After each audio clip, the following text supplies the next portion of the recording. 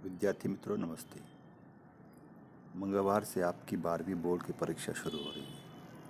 आपने ना 10वीं की बोर्ड की परीक्षा दी है और ना कोई दूसरी, इसलिए 12वीं बोर्ड की परीक्षा में आप प्रथमतः जाने वाले हैं। इसलिए आप परीक्षा में बैठने से पहले आपको इस परीक्षा का जो पेपर है और उसके ऊपर लिखी जाने वाली जो जानकारियाँ होती है उसको सावधानी से लिखना आवश्यक होता है। इसलिए आज मैं आपको वो जानकारी कैसे लिखनी होती है इसके बारे में मार्गदर्शन करने वाला हूँ। तो देखिए छात्रों, ये आपका 12वीं का पेपर रहेगा और यह प्रथम पृष्ठ रहेगा जो आपकी जानकारी इसमें भरनी होती है। आपको प्रथम था पेपर मिलने से पहले, पेपर में कुछ लिखने से पहले आपको इस पेपर को जांचना होगा। मतलब इसकी सिलाई बराबर है क्या नहीं, इसके पूरे पन्ने बराबर है क्या नहीं, ये सब जांचने के बाद ही आपको पेपर में जानकारी भरना शुरू करना है। तो देखिए आप शुरुआत कैसे करेंगे। तो पहले आपको जानकारी भरने से पहले आपका पेपर चेक करना है। जैसे ये जो कॉर्नर पे दिया गया जो ये जो लाल रेशा है, तो इस यहाँ पे सिलाइन होती है, तो आपको इस सिलाइन आपको चेक करनी है कि इसके बराबर है या नहीं बराबर है। और इसके बाद इसे पूरे पन्ने जो होंगे वो चेक करने होंगे। देखिए प्रथमतः आपको ये पेपर चेक करने के बाद आपको जानकारी कैसे भरनी। तो पहले आपको जानकारी भरने से पहले आपको क्या करना है कि ये आपका पहला कॉलम दिया गया है। इस कॉलम में आपको जानकारी भरनी होती है। तो ये जानकारी हम कैसे भरेंगे, देखिए यहाँ से लेकर जो कॉलम दिया गया है ये आपके लिए कुछ आवश्यक जानकारी होती है। इसके लिए पहला जो उसमें दिया गया है कि सीट नंबर, तो आपको आपका यहाँ के जो सीट नंबर है वो लिखना होता है। तो आपका सीट नंबर कितने अंकों का है पहले वो आपको गिनना होगा। तो यहाँ पे बॉक्स देखिए कितने, 1 2 3 4 5 6 7 7 बॉक्स है। तो आपका नंबर भी 7 अक्षरों का ही नंबर है, अंकों का ही नंबर है। तो आपको क्या करना है, यहाँ पे जो जैसा आपका नंबर है वैसा आपको वहाँ पे क्या है भरना होगा। देखिए तो यहाँ पे हम लिखेंगे जैसे प्रकार से S0 आपका जो नंबर शुरू होता है वो लिख सकते हैं। आर्ट्स से बच्चे होंगे उनका एस से शुरू होता है, कोई कॉमर्स से बच्चे तो उनका जहाँ से शुरू होगा। तो एक बॉक्स में आपको एक अक्षर, आपको एक अंक लिखना होगा। इस प्रकार से वो क्या है आपको भरनी होगी। उसके बाद दूसरा कॉलम दिया गया है इन वर्ड, बराबर। इसका अर्थ होता है कि आपको जो आपका नंबर है आपको वह अक्षर से लिखना होगा, बराबर। ये दिया गया है यहाँ पे आपको क्या है अक्षर से आपका नंबर क्या है आपको लिखना होता है। ये यहाँ इस बॉक्स के अंदर या इतने में ही क्या है आपका जो ऊपर नंबर दिया गया था उसको आपको अक्षर में लिखना है। तो अक्षर में लिखने के लिए आप मराठी में लिख सकते हैं, हिंदी में लिख सकते हैं या अंग्रेजी में लिख सकते हैं। देखिए इतना बड़ा अंक अगर आपको लिखना होगा तो आपके हॉल टिकट पे क्या है दिया गया है। इसका एग्जांपल मैं आपको दिखाता हूँ। देखिए ये विद्यार्थी है तो इसका सीट नंबर दिया गया है जो यहाँ पे हमें दिखाई दे रहा है। तो वो नंबर है आपका ए। तो आपको ये जो दिया गया अक्षर का आपका सीट नंबर है यह 52,762।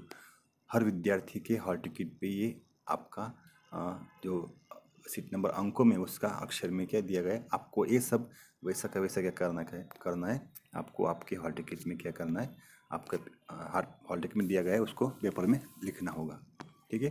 उसके बाद है परीक्षार्थी सही, मतलब जो छात्र पेपर लिखने वाला है उसका सिग्नेचर आपको यहाँ पे क्या है करना होगा। तो आप की साइन आपको क्या करनी है इस बॉक्स में, यहाँ पे आपकी साइन करने की है। ये नीचे वाला जो बॉक्स है यहाँ पे आपको साइन करने की ज़रूरत नहीं। आपके ब्लॉक में जो भी सुपरविजन करने के लिए अध्यापक आएंगे, शिक्षक आएंगे, वो आप साइन करेंगे। ये होने के बाद आपको नीचे एक कॉलम दिया गया है जिसका है केंद्र क्रमांक, सेंटर नंबर। तो ये 4 बॉक्स का नंबर है, बराबर। तो आपको ये 4 बॉक्स का नंबर लिखते वक्त क्या करना है, आपके हॉल टिकट पे ही दिया होता है कि आप कौन से परीक्षा केंद्र पर परीक्षा देने वाले। तो आपको क्या करना है यहाँ पे वो सेंटर कोड आपको लिखना होता है। तो आप उसको कैसे लिखेंगे, इसके लिए आपका जो हॉल टिकट उसमें दिया गया है। देखिए यहाँ पे दिया गया है कि आपका सीट नंबर, तो सीट नंबर आपका सीट नंबर के नीचे दिया गया है सेंटर कोड।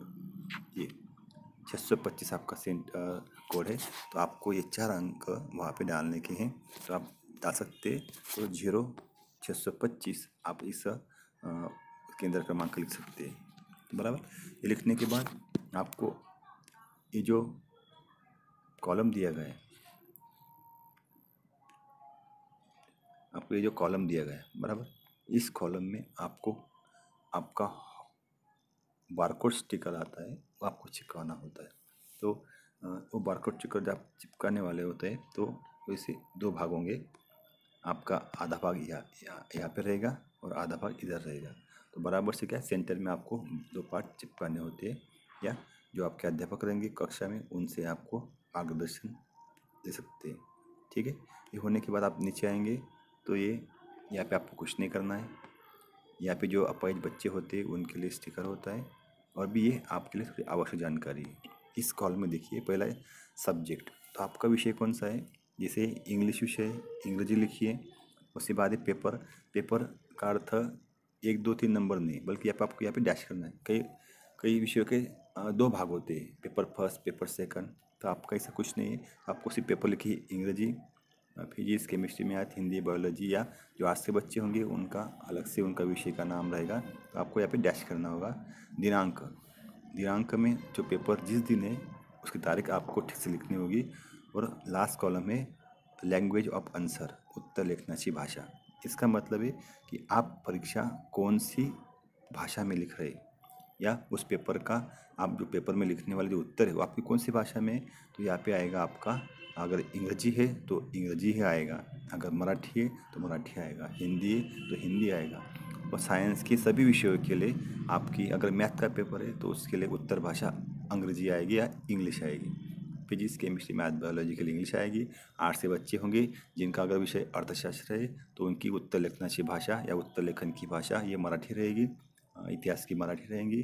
जब अन्य भाषाएं, मतलब आप जो पेपर जिस भाषा में लिखते हैं उस भाषा का अर्थ होता है कि आप पेपर इस भाषा में लिखने वाले, तो आपको लिखना होता है, ठीक है।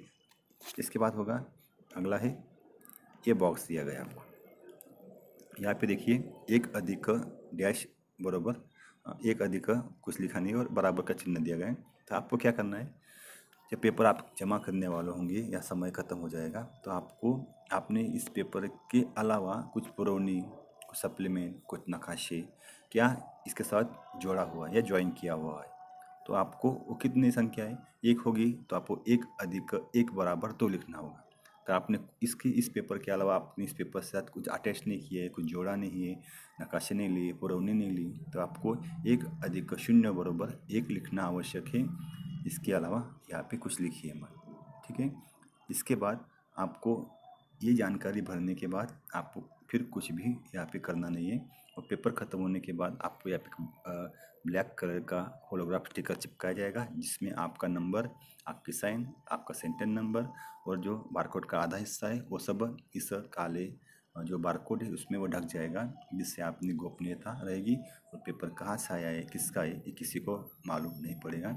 ये इसलिए आपको ये जानकारी ठीक से भरनी होगी, तो ये आपको खबरदारी रखनी होगी। इसके अलावा इस पन्ने पे कहीं भी कुछ भी आप लिख सकते नहीं है। अगर लिखा तो ये एक प्रकार का क्या है, गैरवर्तन होगा या गैर जिम्मेदारी होगी। आप कुछ लिखिए मत।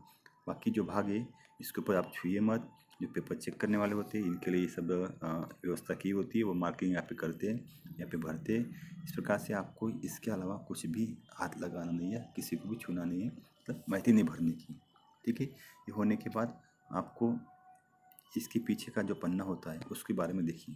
ये पन्ना है आपकी बेसिक सूचनाएं होती है।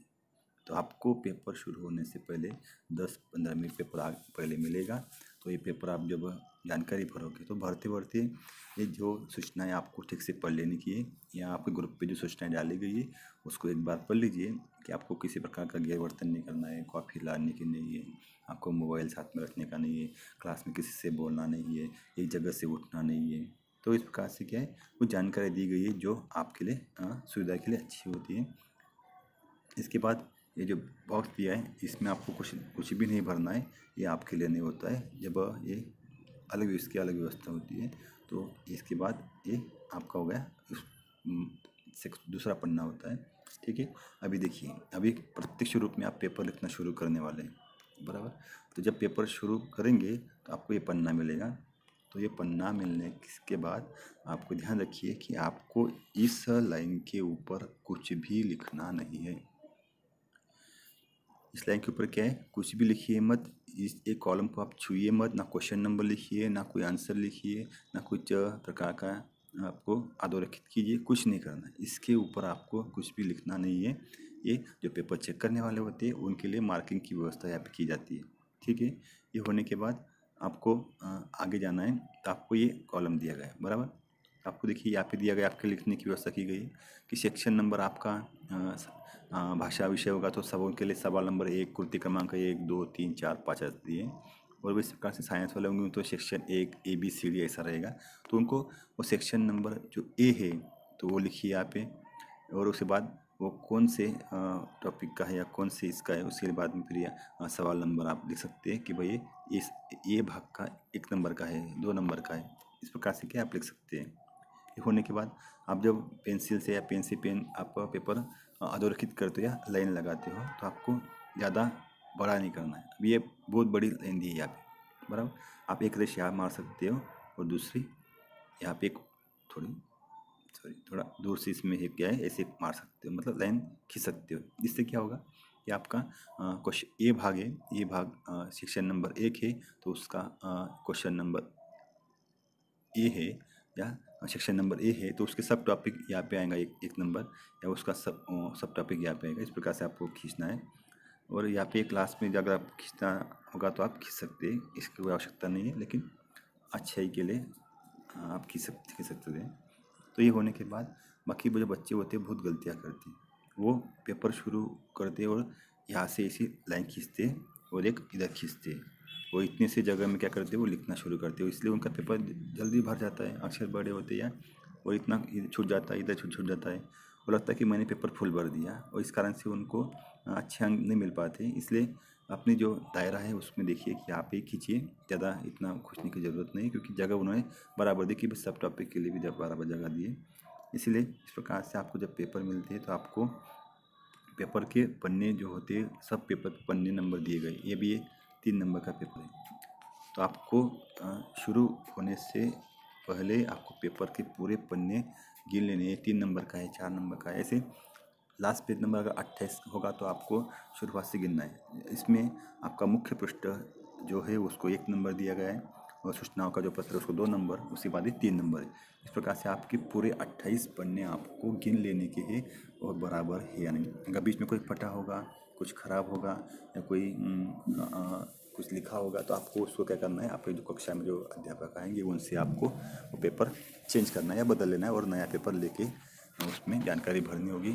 अगर आपने इस प्रकार से जानकारी भरी तो आपको कोई समस्या नहीं रहेगी, ठीक है। तो ये खबरदारियाँ रखिए, ये जानकारियाँ जो है ये आप ठीक से भरिए, जिससे आप पे कोई गलती नहीं होगी और आपका पेपर अच्छा जाएगा। धन्यवाद।